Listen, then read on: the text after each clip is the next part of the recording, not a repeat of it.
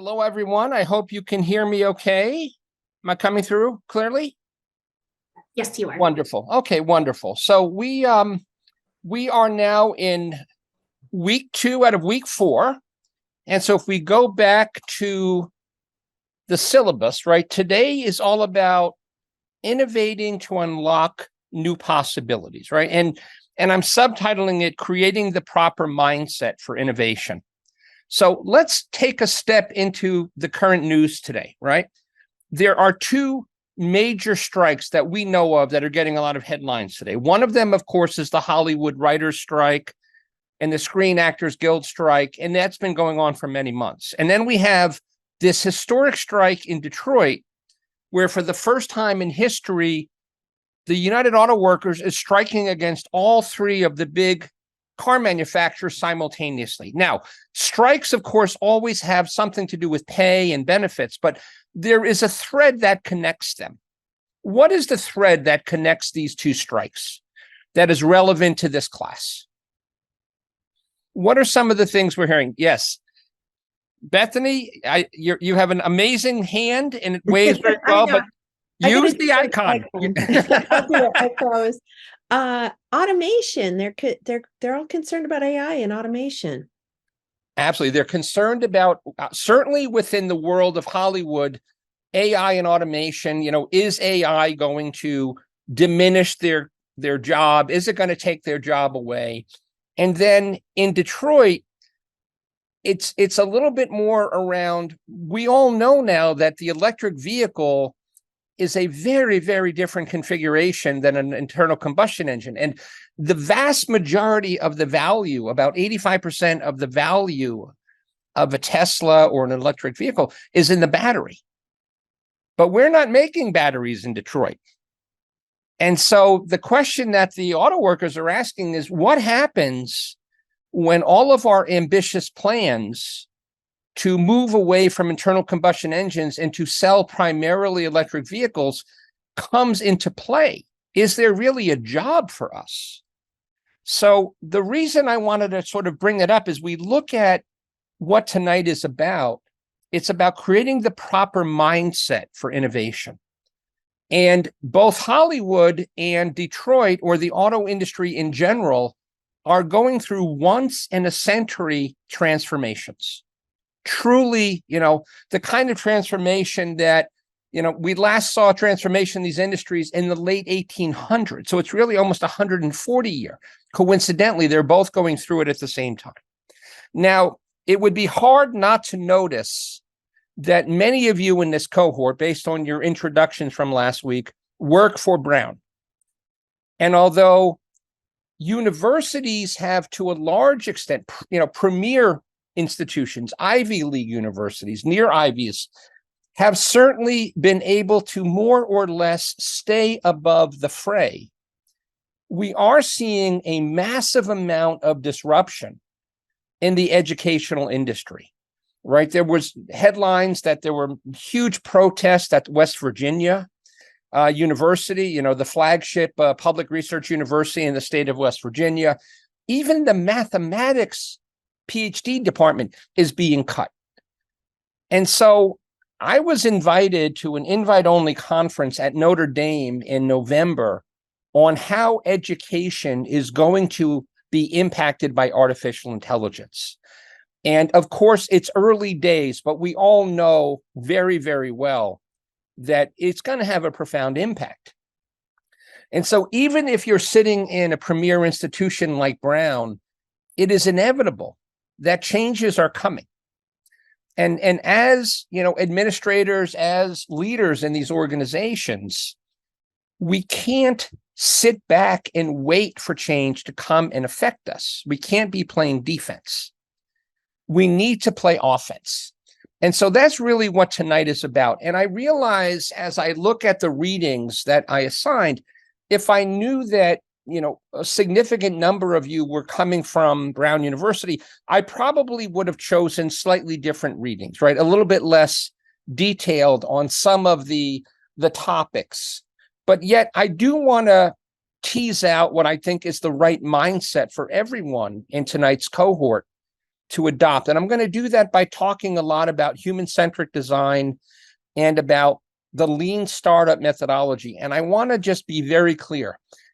Eric Ries, who created the book, The Lean Startup, admits he made a huge mistake in the title of the book, because the methodology really has nothing to do with startups specifically. It has everything to do with innovating under uncertainty, which is what we all have to do. So his methodology has been adopted by the US government. It's been adopted by some of the biggest companies on the planet, and it can be used in any kind of team or department or organization. So with that as context, I just wanted to see if I could answer any questions from you from last week, or for the readings from this week. If there's any specific things that you would like us to focus on, since we have the luxury of having such a small cohort that I can take this in a number of different directions. So let me hear from the cohort. And what thoughts are going through your heads tonight as you had a chance to reflect on last week, as you had an opportunity, for most of you at least, to do the readings? What would you like to sort of, check in on? All questions are good questions. All comments are good comments.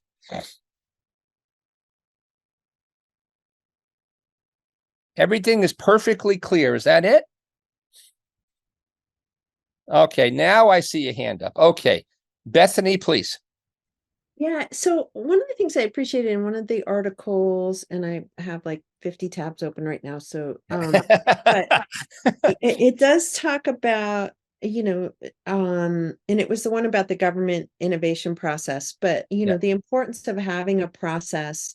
Yeah. But I think for me, as I was reading that, I'm like, okay, well, like some of this almost sounded a little bit like that innovation theater we talked about last Right. week. How do Right. we tease out the difference there? Yeah. I mean, you clearly are someone who cares very much about process, right? And so there's no question, right? So let me give you an example. So I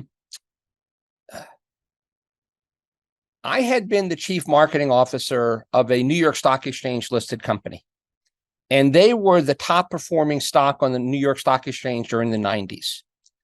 And their approach was, we're going to wait to put process in place, right? We're so busy growing, we're so busy being successful that we can wait to do process. And then you're a multi-billion-dollar company and it's too late, right? They missed the train. And so when you try to bolt on a process, something as quote unquote simple as Salesforce automation, as putting Salesforce.com into the business, right? It became incredibly difficult. And there was huge process debt in the company, right? So that's one extreme where people run away from process to their detriment, right? The other extreme is when process becomes your North Star, and you allow process to drive decisions about, what products you're going to build, right? And I was looking for a slide inspired by your comment last week, Bethany. And the slide is a flow chart from Capital one of the largest financial services companies in the country, if not the world. And it's a flow chart that my friends at Capital One, who joined them by acquisition, call it the March of Death. It's an 18-month process to get a feature approved. Okay. And I can see by your facial reaction that you get it. Okay. And so that's the other extreme. Okay. That's process for the sake of process. So this is where leaders' judgment comes into play. You don't want to apply too much process too early. Let me give you a simple example. Airbnb. When Airbnb got started, not surprisingly, there was a lot of questions about, is this really a viable business idea? Will people allow perfect strangers to come into their home and sleep in their spare bedroom, sleep in their loft, sleep in their garage, sleep in their basement? That's pretty risky. And Airbnb, knowing this, tried to remove as much friction from the process as possible. And so they did not require government documentation in the very earliest days. Now, that may have been reckless. but it worked for them, right? And it gave them the ability to get early customer acquisition, have people experience something, what they called living like a local. Now, at some point, that lack of process blew up on them when a journalist for the USA Today, I hope that's not an oxymoron, but a writer for the USA Today wound up, renting out her home, and there was a terrible break-in. They broke into her closet. They broke open her safe. They stole her jewelry and all of her documentation. And at that point, Airbnb instantly said, okay, we need to level up our process. Okay. So I hope I'm trying to answer your question where it's like Goldilocks, right? It's not too hot. It's not too cold. It's just right. And, obviously our experiences and our biases are going to determine where we weight process versus, let's call the other side of process serendipity, for lack of a better word. Okay. And as you're seeing, right, this one author, Steve Blank, has, he is an anti-process guy. Okay. That doesn't mean that, everything he says is wrong, because he's been incredibly effective. But I guess that's how I would try to think about it. Okay. Does that help? All right. So let me ask anybody else other than Bethany with any questions. All right. So there were 3 readings. One of them was heavier than I would have, known had I known that the population of the class was largely from Brown. But that reading was very simply, it's about mindset, right? So I'm just going to show you guys the one image that I think is really important. Okay. And then we can go from there. Okay. And you're going to continue to see the same theme over and over again, which is everything that we're doing is about experimentation. Okay. It's all about experimentation. So hopefully most of you recognize this image. Okay. But substitute the word entrepreneurship for hypothesis-driven innovation, hypothesis-driven solution, hypothesis-driven project management, right? And the message here that benefits everybody, I don't care what role you have, at what level you have in an organization, right? We start off with hopefully an aligned vision. We know what we want to accomplish. That could be in a fundraising kind of process within Brown. That could be in a change management process at Accenture. That could be in someone setting up a new way to bring generative AI into the classroom in Narragansett, right? It's the process that we're going to talk about here is the same, okay? And so the first step, of course, is we create a vision, we get buy-in to that vision, okay? And then we try to bulletproof or test that vision by saying, okay, this is nothing more than a hypothesis, right? Will Airbnb actually be able to overcome that huge trust gap? So we start to think about what are all of the hypotheses or the assumptions that we believe in? Why do we believe that doing this within the Narragansett school system is the right approach if we do it this way? And we try to create falsifiable hypothesis, basically meaning in simple terms, it's either true or it's false, okay? If it's false, no harm, no foul, we have learned something, and we're able to go back and revisit our hypothesis with this new information. This is what Thomas Edison, the great American inventor, was known for, constantly testing new ways to come up with an incandescent light bulb. And then at some point, once we have spoken to enough stakeholders, we begin to create, let's call it a proposal, let's call it a pitch. If you're building a product, it could be a product, it could be a service, it could be a curriculum, it could be any number of things. Okay. And you now share that construct with your stakeholders and you get feedback. Do they like what you said? Do they completely dislike what you said? Are there parts of your proposal that they believe are accurate, but there needs to be modifications, right? And at some point, ideally, you've gotten kind of enough feedback through an iterative process that you're now able to deliver something of value to them. In some instances, it may turn out that there's so much resistance to the change that you're trying to enact that no matter how many different attempts you go for, you just don't have the support that you need, and you decide to, pack your tent and wait for another more appropriate time. Okay. And so the language here is from the lean startup methodology, but I'm trying to put it in very accessible language, right? So there's nothing about this that is specific to any type of company. It's not just for tech companies. It's not just for startups, right? And it's the beginning of trying to convey a mindset. Okay. We all want to feel like we're experts. And sometimes that is to our detriment. Sometimes, we believe so much in what we know that we're unwilling to consider that maybe there are other approaches. And that is a very dangerous thing. Okay. Some of you probably have been reading excerpts or hearing excerpts about the landmark biography about Elon Musk that was published by Walter Isaacson last week. And it turns out that, Mr. Musk, obviously a very complicated human being, but he does not like negative feedback. For better or worse, he's just not someone that you want to go back to and say, hey, I don't agree with you. Okay, that's a strategy that's going to lead to you being berated for at least an hour.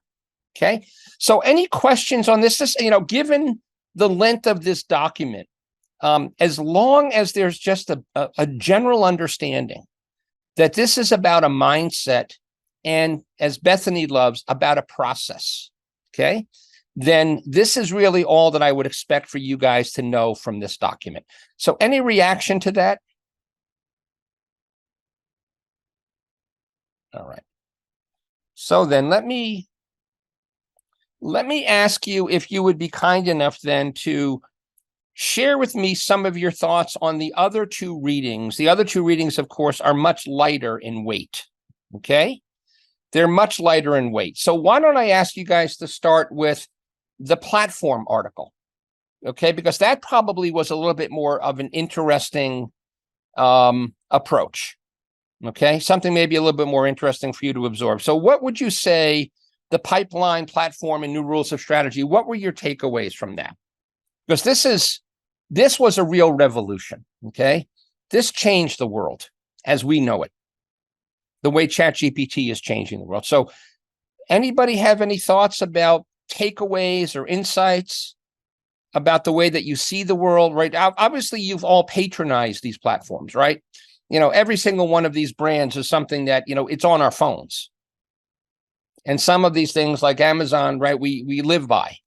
So as you go back, for many of you who maybe not have followed this revolution very closely, but you're able to look back with some level of hindsight now, what do you take away from pipelines, platforms, and the new rules of strategy? And what implications might that have on your current role and your current organization? I have one comment about that. I think platforms are very interesting, but recently I think we all know about Chevy not accepting Apple CarPlay, and I know a lot of individuals are probably going to opt out of basically not even purchasing our Chevy models that don't have that because they opted for their own platform. So when I did the reading, it really brought up the case when it's appropriate and not to develop a platform. Yeah. So, and do I pronounce your name Povilas? Yeah, that's perfect. I go by Pav too, but all right, I'm going to call you Pav. Okay. And Pav, yes. I don't think we met last week. So what organization are you with? If you would be kind enough to just say hi to everybody. Hi, everyone. I'm with OUC at Brown. I'm a front-end designer. Okay, cool. And so, Pav, let me kind of reframe what you said, right? It's not that, first of all, Apple is probably, if not the most powerful platform in the world, certainly one of the top several, right? And the automotive industry is going through massive transformation. And all of the automakers realize today, right? I mean, most of them, other than Tesla, have been selling through dealerships. So they don't even have a direct relationship with their own customers, right? You go into a dealer and you might get a warranty card from GM. But other than that, they've never met you, right? They've met some local franchise. And now, all of a sudden, as cars become so smart and there's so many microprocessors in cars, and cars are collecting so much data about us. If you knew how much data your car was collecting about you, you'd freak out, okay? And as a result, right, and a lot of us are just too naive to understand. And so now the automotive companies are waking up and saying, oh my God, Apple and Google are going to have all this data about our customers. And oh, isn't Apple working on their own car? So in this instance, right, it's this incredibly difficult decision for GM, which is, do we continue to forfeit our connection to our customer? And you as a designer get this instantly. Or, do we try to fight Apple? I don't think I'd want to be in the middle of that decision. That's a tough one, right? But you're right. I mean, I could never imagine giving up Apple Play in my car, right? And it works with everything. So, but I think the message that I would take from what you just shared is, when you've established the kind of powerful global platform like Apple does, you have built such an incredible competitive advantage that GM better come up with something amazing. Right. And let's be honest, if I was a betting man, I wouldn't bet on it. Right? They have to extend the platform somehow in their own way, but not get rid of the Apple CarPlay altogether.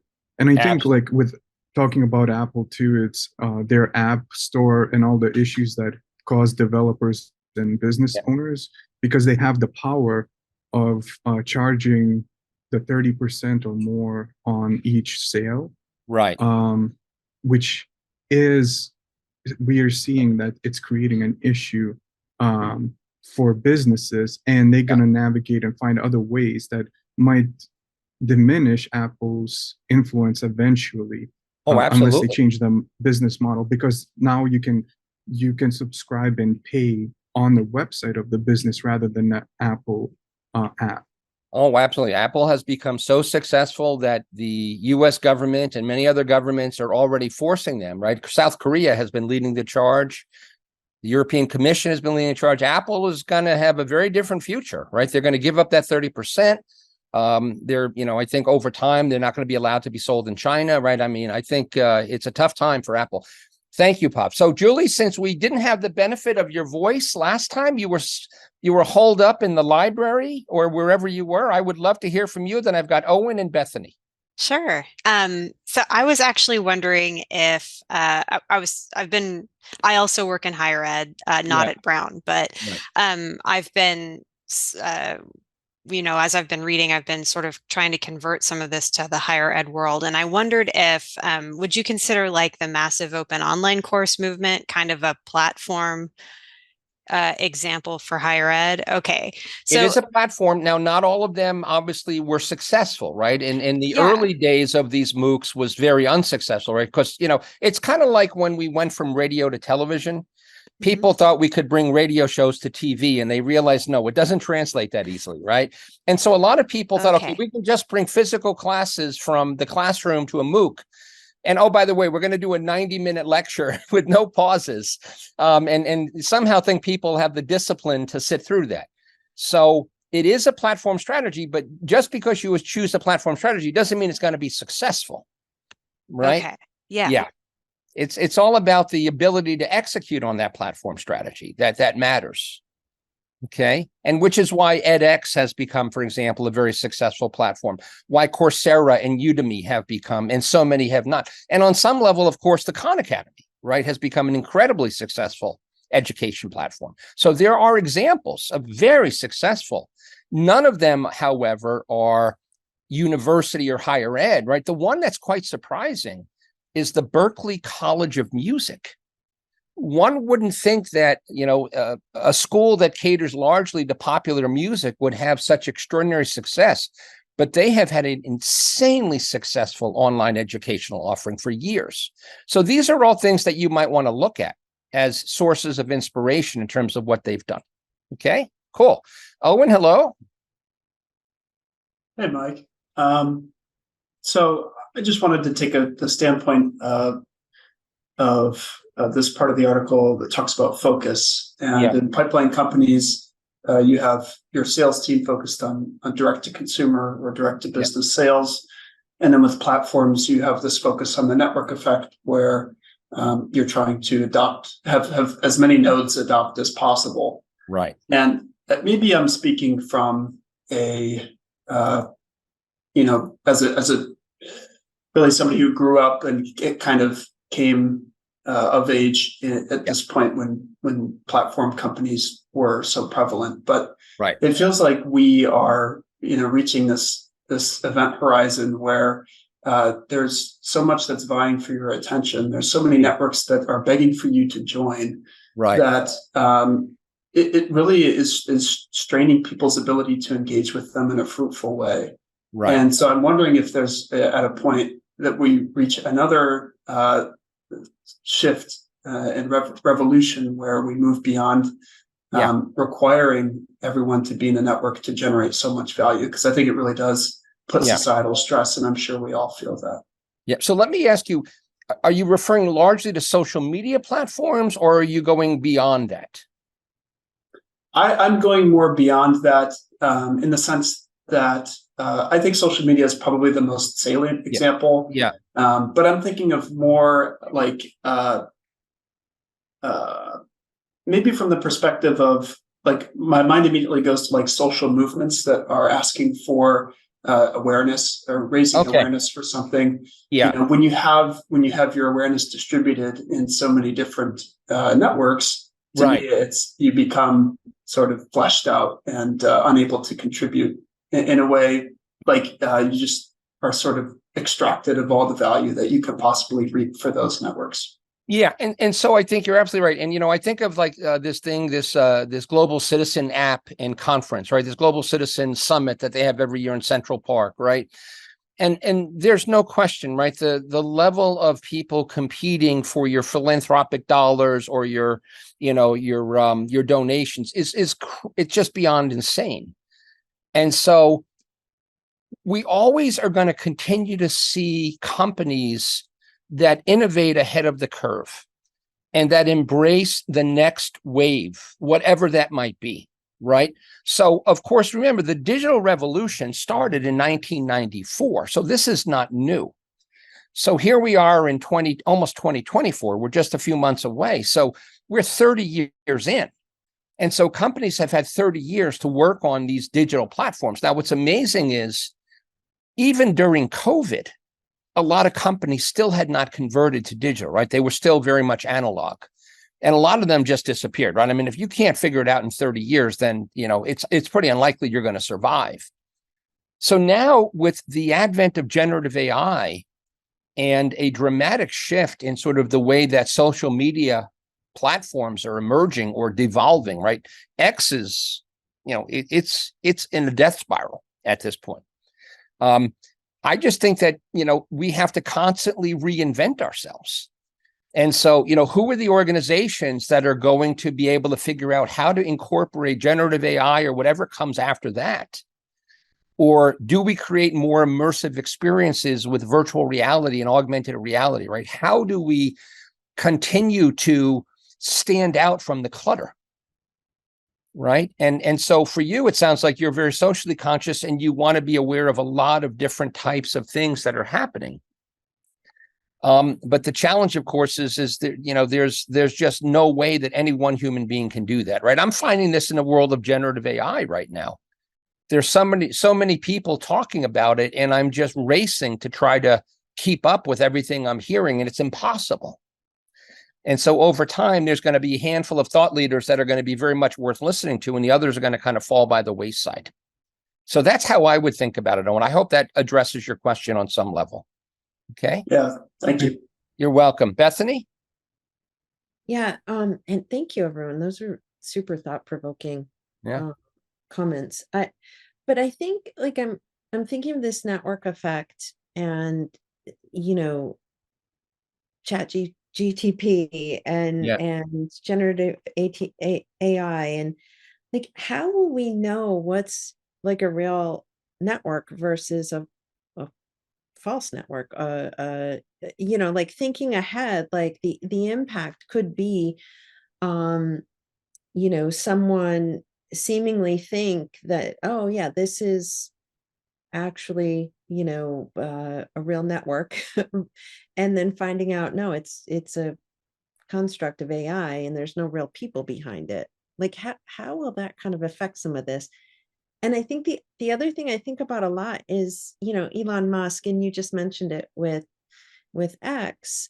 Here's a guy that Tesla doesn't have Apple Play, and they're No, not even a union shop, right? I mean, right, right. he is obviously hell bent on doing things his way, Yeah, and yeah. yet he's been successful. Like, how do we account for kind of a maverick like that in Well, space? remember, he is truly a black swan. Okay, we have to understand that, as I think we may have mentioned this last time, there are the Jeff Bezoses and the Steve Jobses and the Elon Musks of the world, right? And they are one in a billion, right? And if you go back and you read the book about Musk, because of the incredible trauma of his childhood, and because he wound up retreating into a world of ideas, he was thinking about electric cars and about colonization of Mars in high school. Okay. This has been at the core of his existence. And so, but remember, he's also 20 years ahead of the curve when it comes to Tesla. Tesla was founded in 2003 and he became the CEO in 2004. Apple did not have CarPlay in 2004. Okay. I mean, think about the entertainment system in your car in 2004. It was an FM radio with maybe a CD player in it, right? So because he is a pioneer, he set a standard, right? And there is now a cult of personality around Elon Musk. If Elon Musk got hit by a bus tomorrow, the value of Tesla stock would collapse overnight, right? Because he is such a singular figure. So sometimes we have to say, okay, there are rules, and then there are those people that are so transcendent that, and let's be, wasn't Bezos 20 years ahead of e-commerce, right? Most people in 1994, when Amazon was founded, people would never put their credit card on the internet. People said, put my credit card on the internet? Are you crazy? But he persevered, right? And so, this is, I think, what allows those kinds of people to create their own set of rules.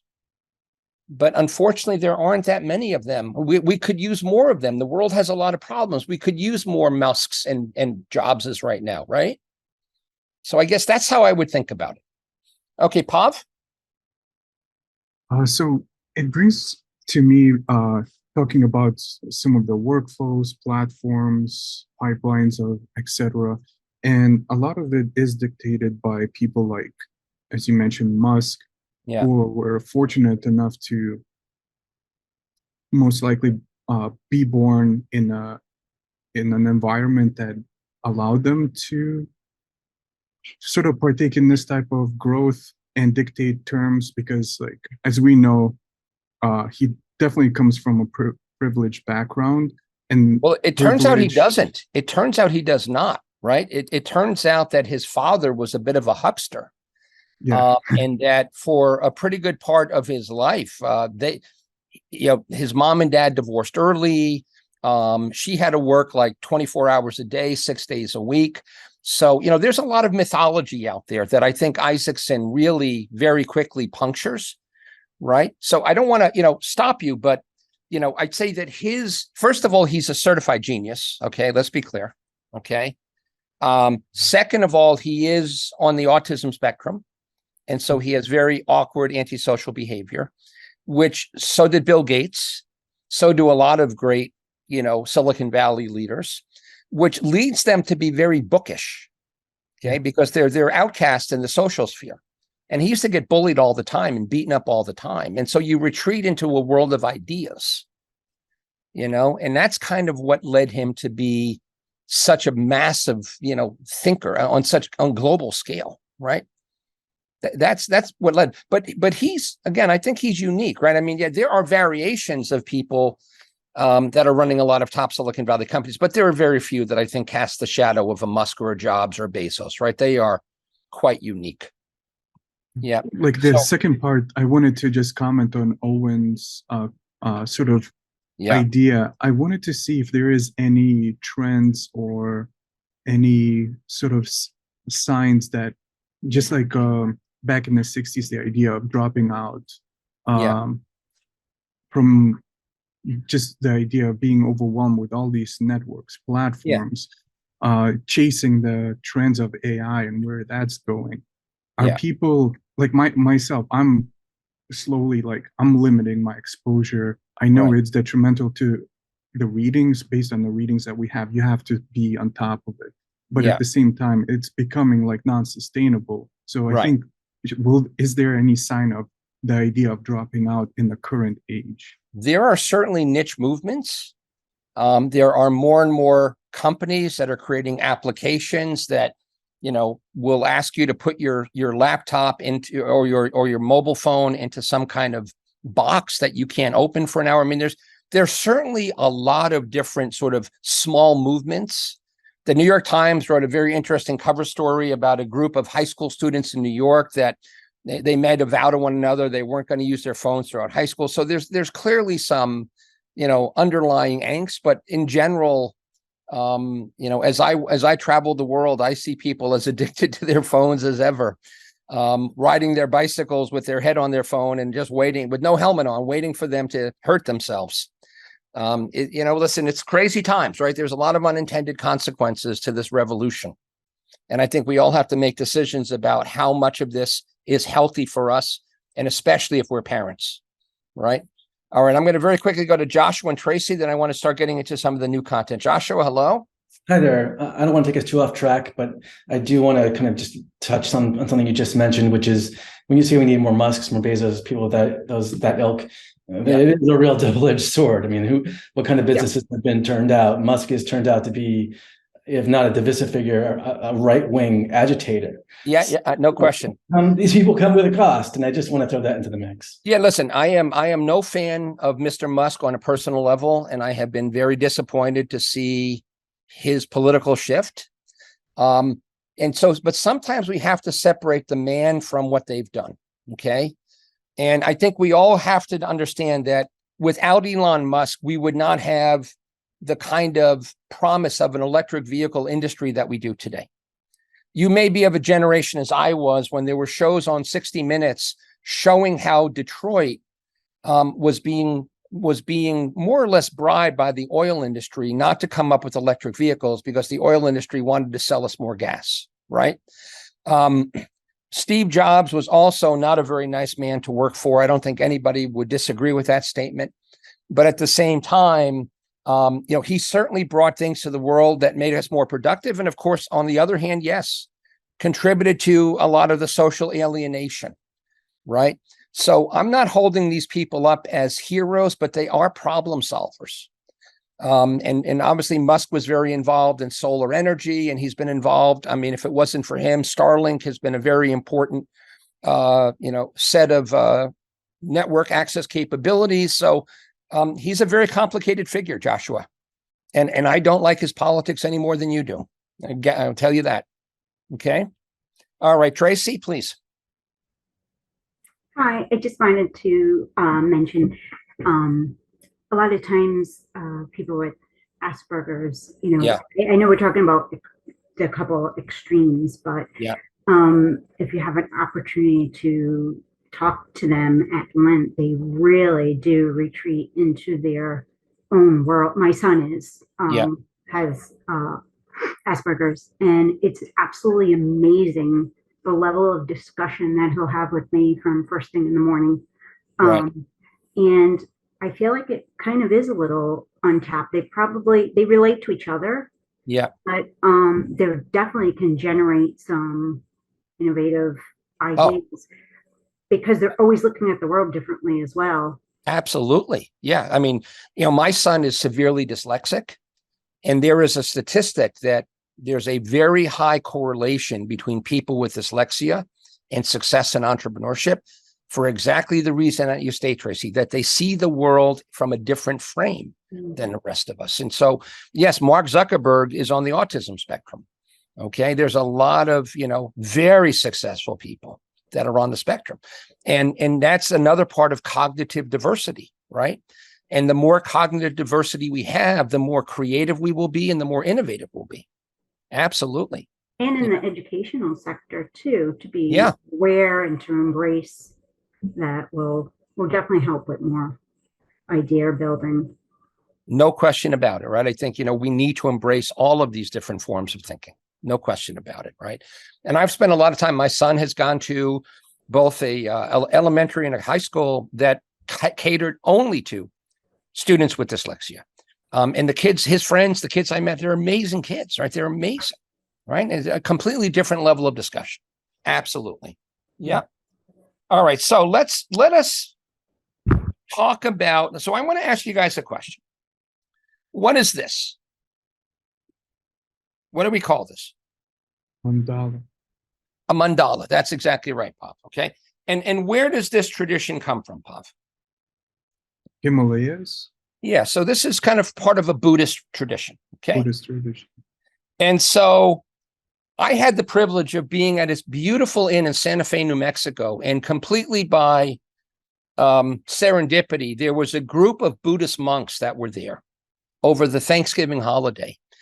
And they were at this Buddhist center and they were creating this mandala, right? And this work requires insane amounts of focus. So they are working with colored sand. And you might see that little metal device in the hands of the monk on the left, right? And they're creating these extraordinary, exquisite, colorful designs using sand. And they are bent over. These are not young men. These are middle-aged men, and they are bent over for many, many hours at a time. And they create these beautiful, beautiful mandalas. And then when they're done with them, what do they do? What is the fate of this beautiful mandala? They destroy them. They wreck them. And why? Why would they do such a thing? Why would you invest so much time, Rebecca, to create something of such beauty only to destroy it? What is I believe it's to underscore the impermanence of life. Absolutely. The non-attachment principle of Buddhism. Okay. Don't attach to anything. Okay.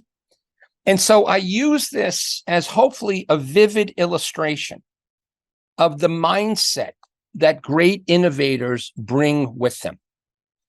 We cannot fall in love with our solutions. We cannot fall in love with our inventions. We cannot fall in love with our designs. If people who are our stakeholders don't believe that they are satisfying their needs, then we need to be willing to get out this big fan and just let this colored sand just take flight wherever it might land. Okay. And so to me, this is at the very heart of human-centric design. And you've probably all seen this beautiful image. This is Da Vinci's Vitruvian Man that were found in his notebooks. And this was when he started, they really looking at the scale of humanity and the perfection of scale. And so the challenge that we all face, any one of us who is trying to change anything, we go back to the Renaissance era and the Italian philosopher and author Niccolo Machiavelli, right? And to be called Machiavellian is not a compliment. Okay. Think of the House of Cards and the Kevin Spacey role as an embodiment of Machiavellianism. But the message is as relevant, if not more relevant than it was then today, right? There's nothing so difficult or so dangerous as to undertake than to change the order of things. Because the old guard, the establishment, is profiting from the way things are. And as far as they're concerned, life is good. Okay, money is pouring into the company coffers. They're making their bonuses. Why would we ever change? And so as someone who has been studying this industry, who's been a practitioner in innovation, the number of amazing innovations that have been brought into the world that have been basically stopped in their tracks by the OG, by the establishment, would stagger you, including things that were life-saving medical devices and therapeutics. And so we need to be so thoughtful about how we bring this very classic human nature consideration. What's in it for me? WIFM. Okay. There is no such thing as a one size fits all. Okay. We need to make something people want. This gentleman, Paul Graham, was the founder of, without peer, the most successful startup accelerator on the planet. If you name a Silicon Valley startup that has been massively successful, they started in Paul Graham's basement, for lack of a better word, okay? And so a lot of people will talk about, is this a business to business or is this a business to consumer type of company? And I would say neither. It's human to human.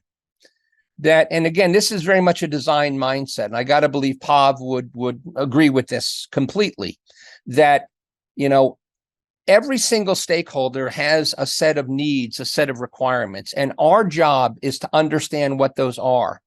And even in the platform reading, right, every stakeholder that comes to that platform needs to see some level of value that is there for them. So if I'm Airbnb, the host needs to see value. The guest needs to see value. If I'm Uber, the driver needs to see value. The passenger needs to see value, okay? And so anytime we are coming up with any kind of innovation, any kind of proposal, the first order of business is not to run the numbers, not to build a financial spreadsheet, because that's premature. The first order of business is to determine whether solving this problem matters to someone, whether solving this problem is desired by our stakeholders. Right? Does the problem actually have enough currency? Is there enough angst? Is there enough frustration? Is there enough disappointment that it warrants an investment of resources? That could be mental resources, that could be human resources, financial resources. And so when you start to look at people, we are fairly complex. Okay. And I've got sort of three different variations of this, but this is the innovator's Maslow's hierarchy, okay? And so at the foundation, we have what we would call table stakes. These are the things that you must have in order for, just to play in the game, okay? Does it save time? Does it simplify things? Does it reduce my effort? Does it avoid hassles? Does it reduce cost? Is it reliable enough? Does it provide some level of connection? Does it inform, right? So there are functional elements, but most people don't buy things. They don't buy into things for the functional elements. They get, right? We are not rational beings, right? Economists might argue that we are rational beings. We are not. We are emotional beings. And so when we make decisions, we are making decisions based on the top elements of this hierarchy. Even Silicon Valley venture capitalists, right? They may go through all of their calculations, but they get as excited as anybody else, right? And they ultimately bet on their emotion. So what are the emotional components that we believe our stakeholders care about? Okay. Are we able to provide some level of anxiety reduction? Are we able to give them, and of course, Brown would be famous for this, right? Some kind of badge value, right? I want to be a graduate of a world-class Ivy League institution. Do I really love the design? Do I love walking around with this new device because it confers on me some level of sophistication? Okay.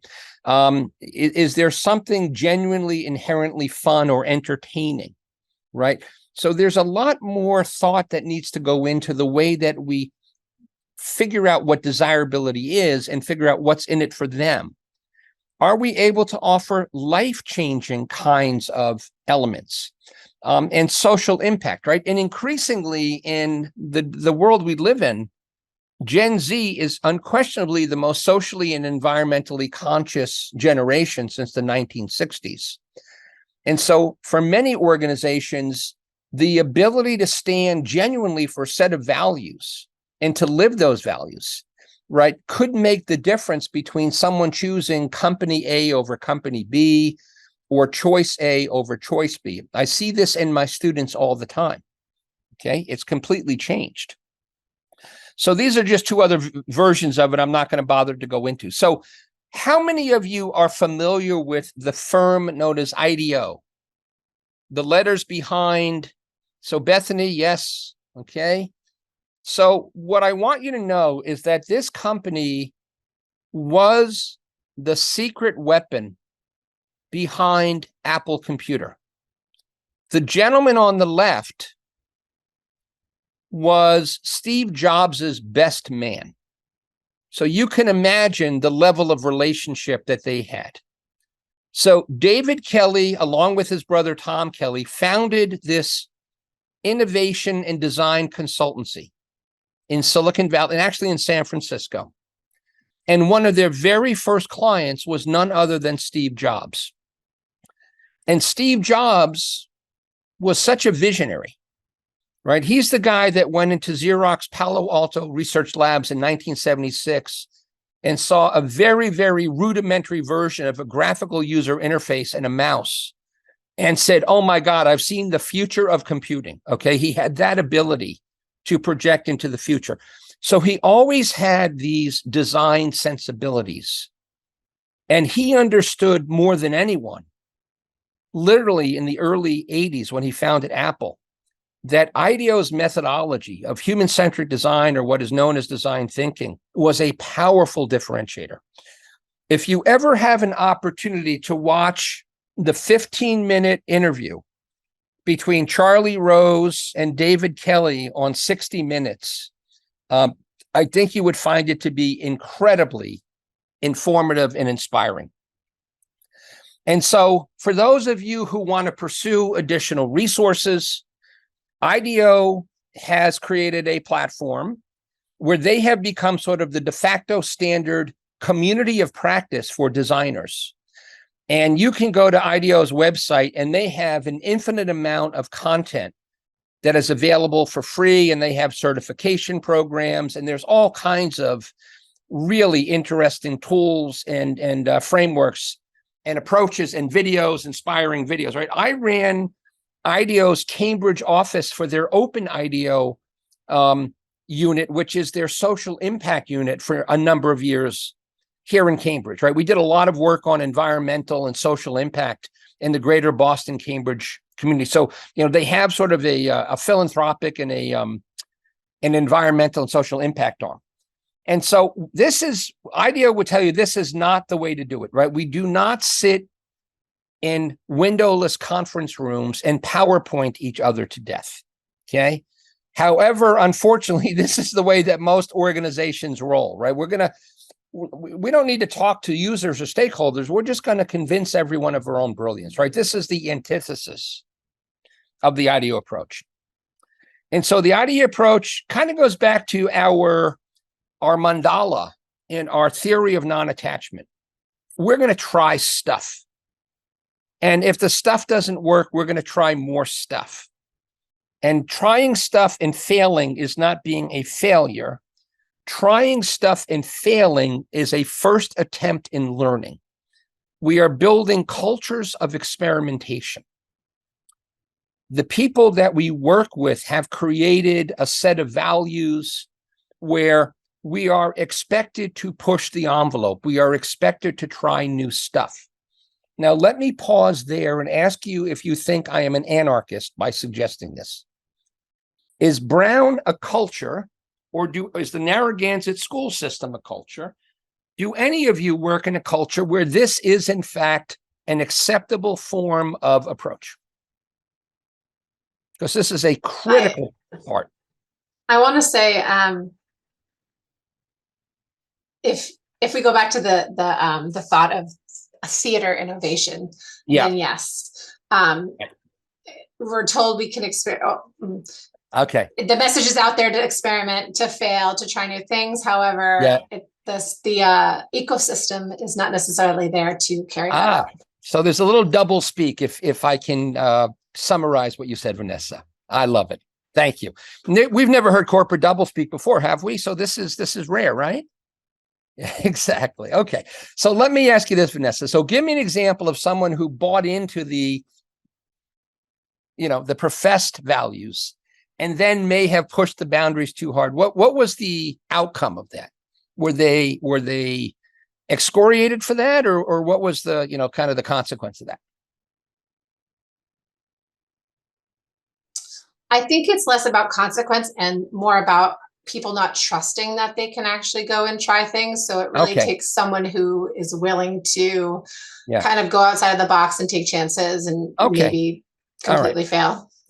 So there's a wonderful quote from the former vice chair of General Electric, which was, there is a very fine line between intrapreneurship. And when I say intrapreneurship, I mean being entrepreneurial in a non-startup venture, and insubordination.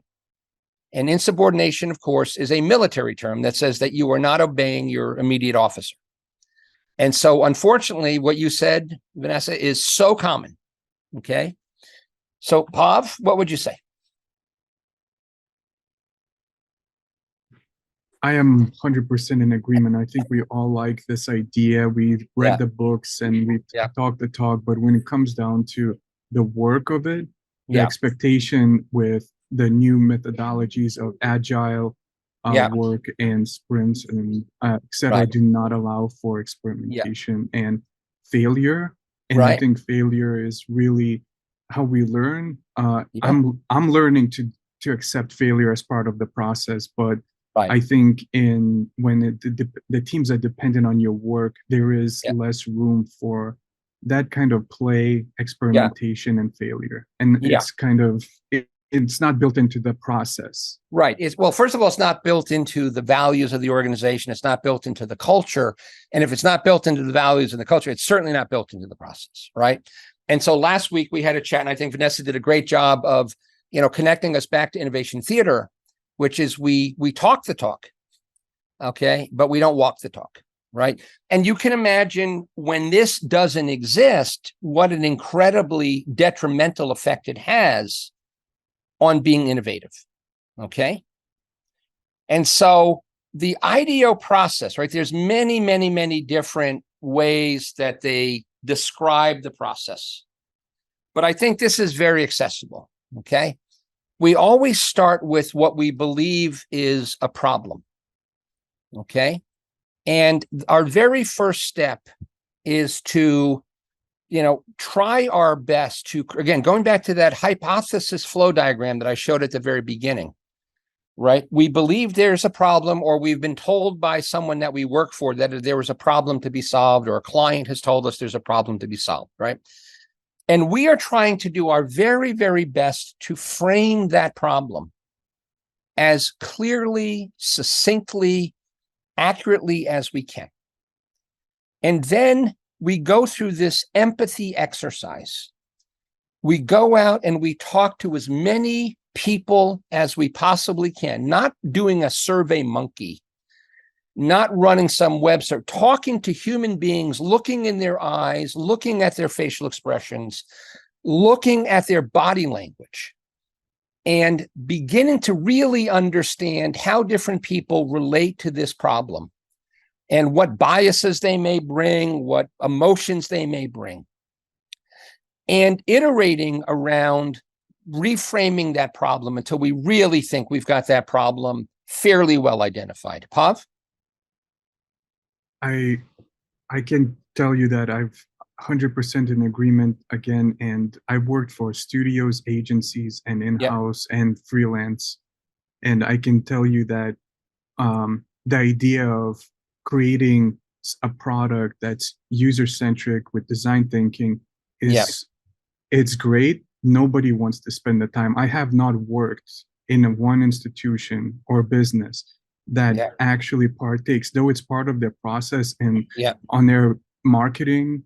Nobody does UX research. Nobody talks to the owners of the companies or the team leaders will end up saying that they know what is needed, but there is never any research done. So Pub, I hear you, and I know that that's your experience, but I can assure you there is a rainbow up there somewhere, because I have met people that actually do believe in this, right?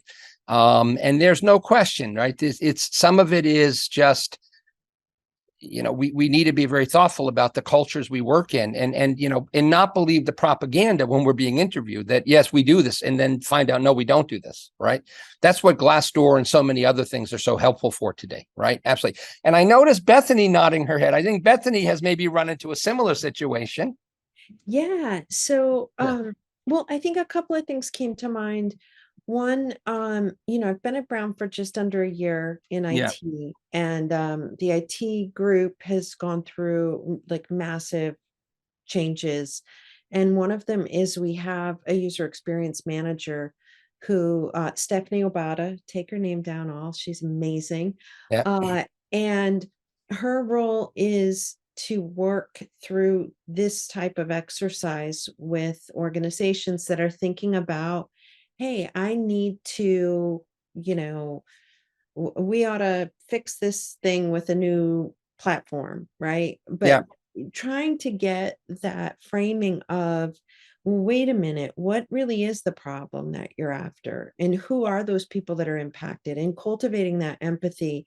I just used one of her exercises on Friday to workshop through. And the unfortunately, like, this should have been done before, the vendor selection, and it should have been done part and parcel with the requirements gathering and the initiation.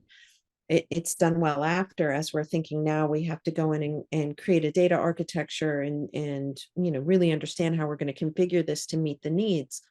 But I'm grateful that I'm seeing this movement, at least in IT at Brown, for bringing more of the user experience to the forefront. And I've worked at so many organizations where, it's not even about requirements. It's about, hey, this is a really cool thing. We should get it. And then it blows up the entire department when you try to, retrofit in a SaaS platform to solve 5%, and that 5% is now causing a massive bleed out of capacity for the resources, and you have people fleeing the organization because they're so disengaged and upset and confused. So that at least like this type of thing is coming and is there now. And I will say this, Pav, there are companies where this is the operating system of the company. They have a design for delight culture. It is embodied in the executive suite, and it permeates the entire company, right? And so they do exist. And let me tell you, these companies always are named the most innovative companies in their industry by Fast Company, whatever it might be, right? So they do exist. So let me walk through this quickly, because I want to do a little bit of an exercise. So, we don't really start. Human nature is fascinating, and that we're all inherently problem solvers. And so a lot of times we want to come up with a solution to a problem, even though we haven't defined the problem yet. And we spend so much time telling people about our great ideas, but because we don't really know what their problem is, we haven't done enough empathy work, enough discovery work. We're solving a problem that is not important to them. And so we need to be much more patient and disciplined before we start ideating on solutions, before we, waste all of that time and energy, right? And then, in the words of IDEO, right, we prototype an idea. Now a prototype doesn't mean we need a maker space. A prototype could be a story. A prototype could be an image. A prototype could be a drawing. But, what happens is the English language, right? We all know English is a very complex language. And when I say something, you bring your own filters and experiences, and language can be very ambiguous. tangible ideas, visual ideas, remove a lot of the ambiguity, make it far easier for people to understand what we're communicating. Okay. And so we then create that, quote unquote, that prototype. And I use the word prototype very loosely. And we hand it to our stakeholders. And we ask them to interact with that prototype. Or we ask them to listen to our story, to listen to our pitch, and to give us feedback. And then, as you can see, with all of these different connecting points, right, this is a very iterative process. I will tell you that I was mentoring an incredible young woman in Providence, Rhode Island at a startup accelerator who, at the age of 9, lost her grandfather to diabetes in the middle of one night. And she was working on a medical robot that would be used by children with type 1 diabetes. She went through 33 iterations of this medical robot before she finally was able to figure out that this was exactly what the stakeholders, and who are the stakeholders? The parents, of course, the medical professional, and the kid, because the kid's not willing to interact with the robot, doesn't matter. 33 prototypes. Okay. I mean, that's called passion. Okay. And conviction. And so this is all about iteration. And so she was that Buddhist monk. She took that fan out and blew away that mandala 32 times before she finally said, okay, I'm going to set this one in, in stone now. This is the keeper. Okay. So as we are brainstorming, we want to come up with lots of ideas, right? We don't say that's a dumb idea, or I don't think it's going to work that way, right? I hear this a lot from my European students. They come to school in America, and especially Silicon Valley, we have this very optimistic, wow, that sounds amazing. How can I help you build that? And then they go back to Europe, and these are the 400 ways this project is going to fail. Okay. And next week, we're going to talk a lot about creativity. And that is about creating a really safe space to brainstorm, to ideate, to support one another. Okay. And so we want many ideas, right? The law of large numbers is a very important part of the innovation process, because you never know where the next great idea is going to come from. And more often than not, it's going to come from a non-subject matter expert. Okay. It's going to come from someone who is looking at this in a completely fresh and different way. Pav?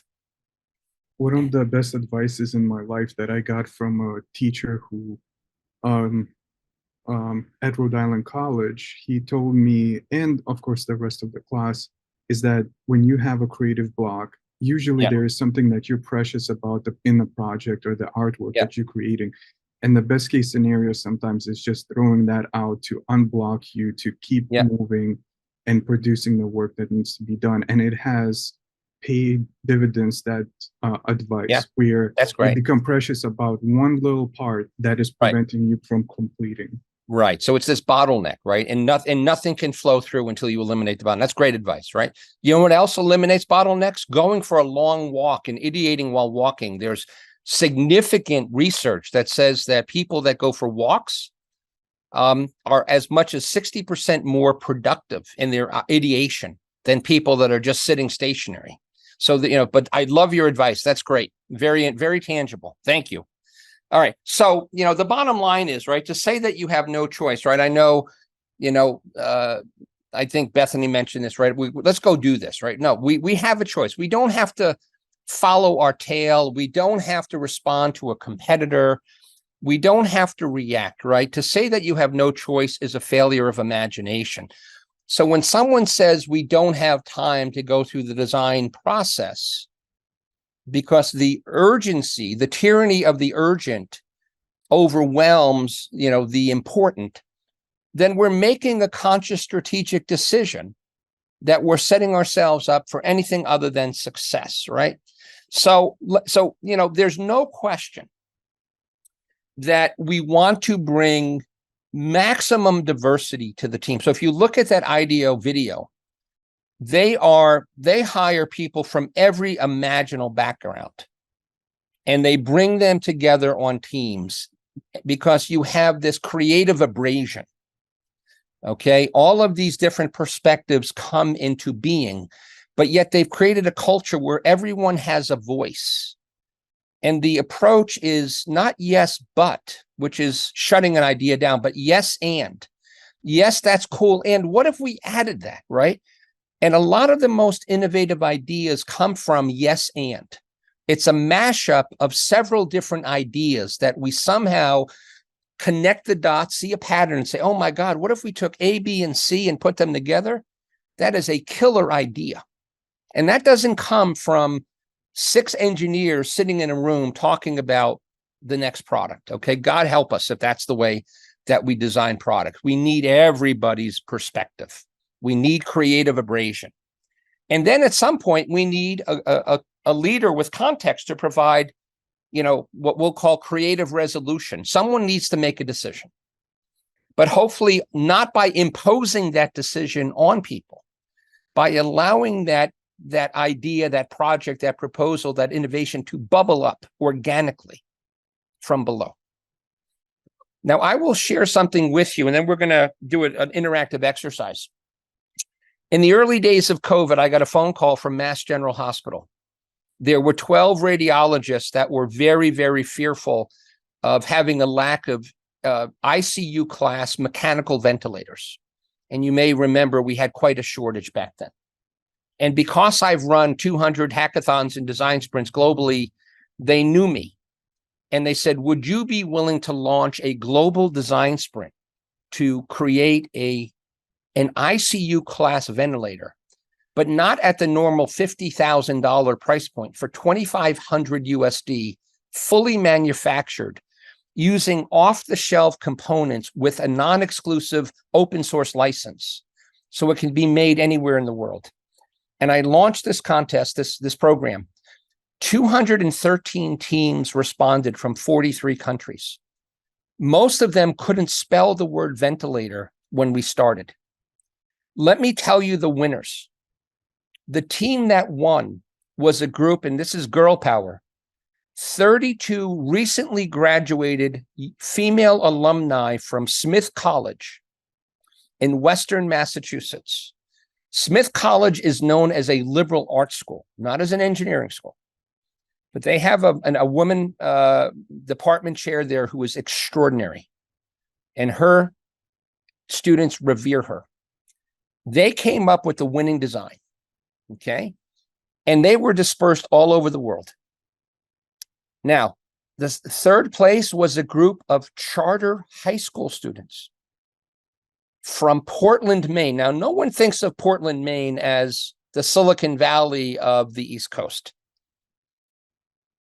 The leader of that team under the professor was a 15-year-old sophomore by the name of Leslie McCool, okay? 15-year-old sophomore. And so what I love about open innovation, and by the way, you know who came into this contest and didn't win? Tesla had a team.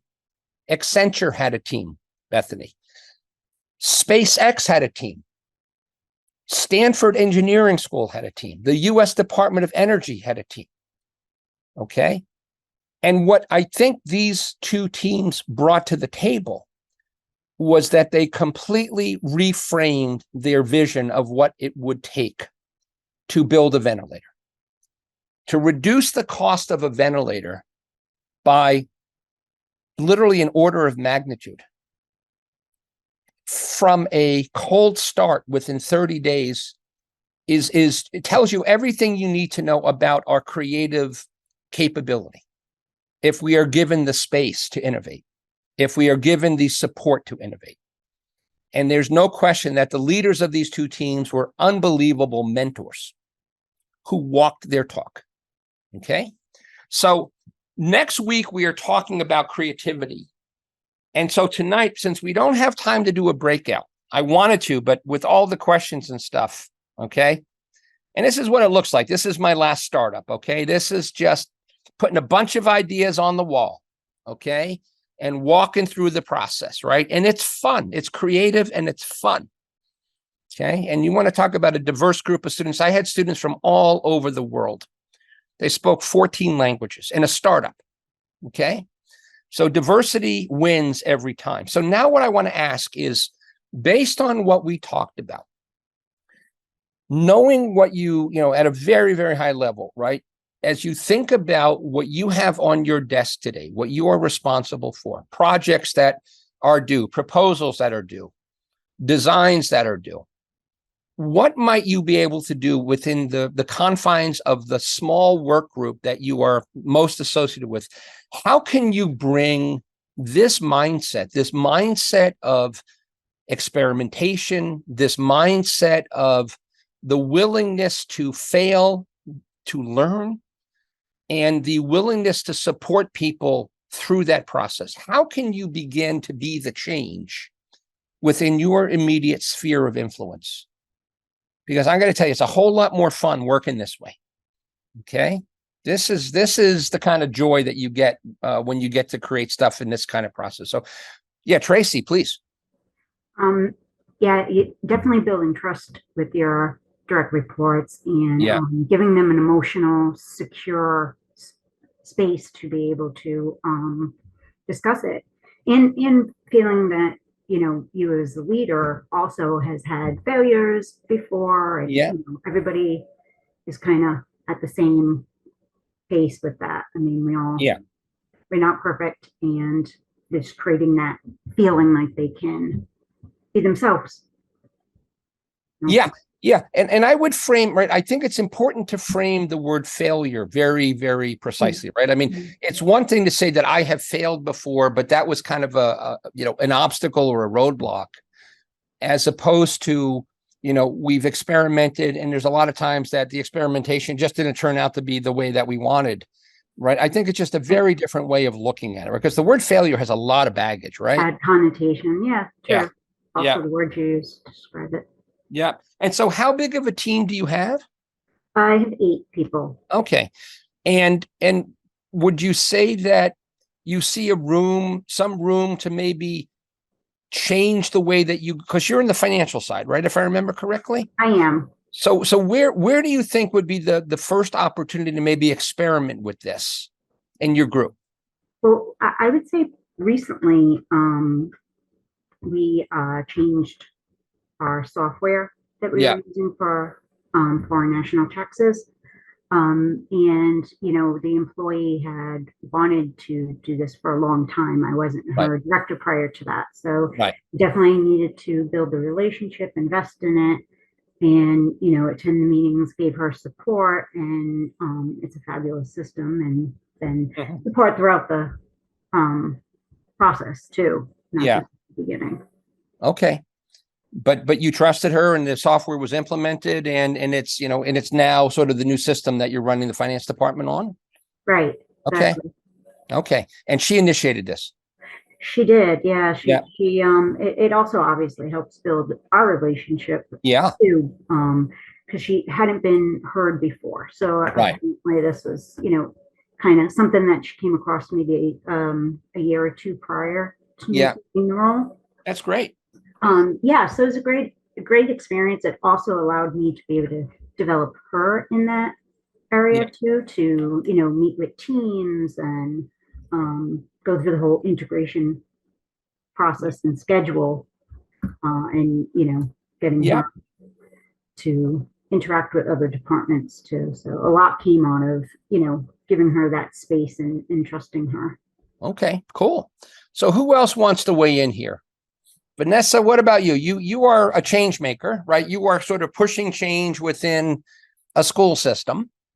And as you've been very candid, right, maybe a little bit more happy speak than reality when it comes to process. And what would it take for you to bring your core stakeholders into a more genuine culture of experimentation, knowing that you're working at the bleeding edge of technology where, by definition, it's not perfect, right?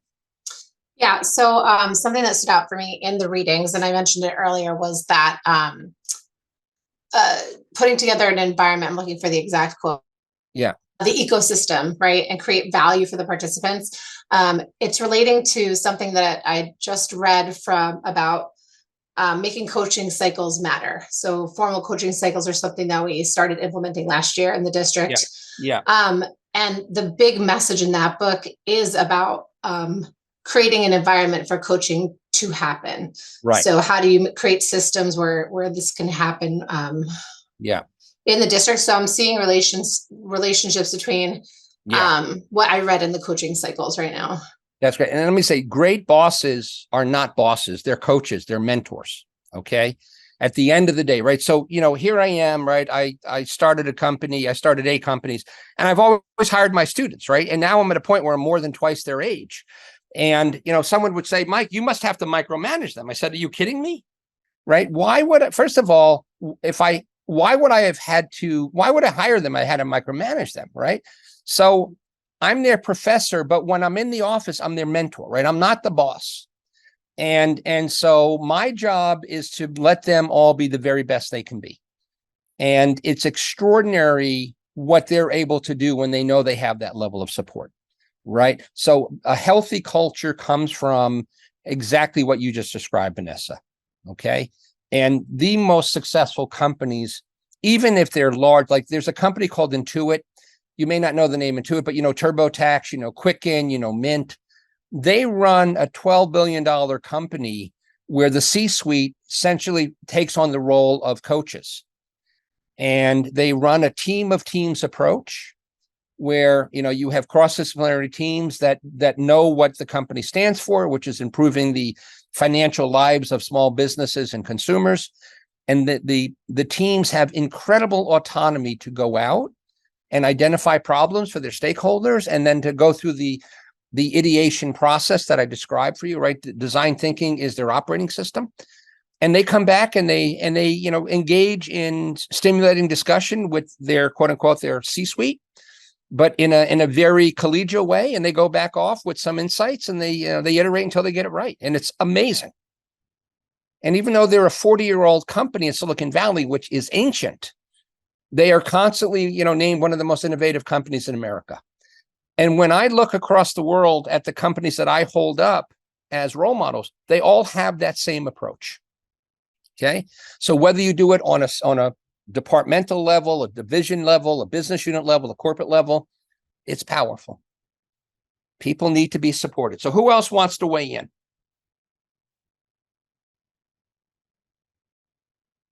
Julie, what about you? Any thoughts on your side about how you might bring this into, your job?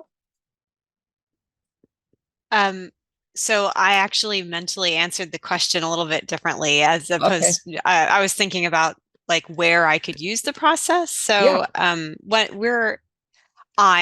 guess I can say I'm interested in sort of redefining or maybe re-envisioning faculty development for the medical school where I work. So because I feel like some needs, our faculty have evolving needs for like wellness programming and things that just really weren't historically part of faculty development. And I'd really like to use this, some elements of this approach as we move forward with those.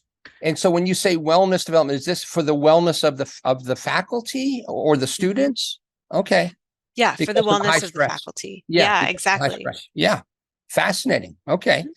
And so if you just take that one more step, are we saying that you want to sort of begin to introduce the notion of faculty wellness, and you want to use the process that we've laid out here as a way to maybe create the appropriate proposal and approach? Somewhat. I guess I would say that what I'm mostly interested in at this point is sort of understanding if things like wellness or other things that I might not even be thinking of are desired by our faculty. All right, that's beautiful. So do you have the kind of relationship with faculty where you can have a cup of coffee and have a very candid discussion about, we're really trying to level up our game? And, and it's very common now, right? The employee experience is now something that I think we all have become much more aware of, right? A lot of companies didn't think there was such a thing, right? We pay you, you work, and now there's an employee experience mindset. So, right? So in the vein of employee experience, we really want to level up our game, and we can't do that if we don't understand what are the 3 or 5 most important things to you, and see what kind of patterns evolve. That's awesome. I love it. Yeah.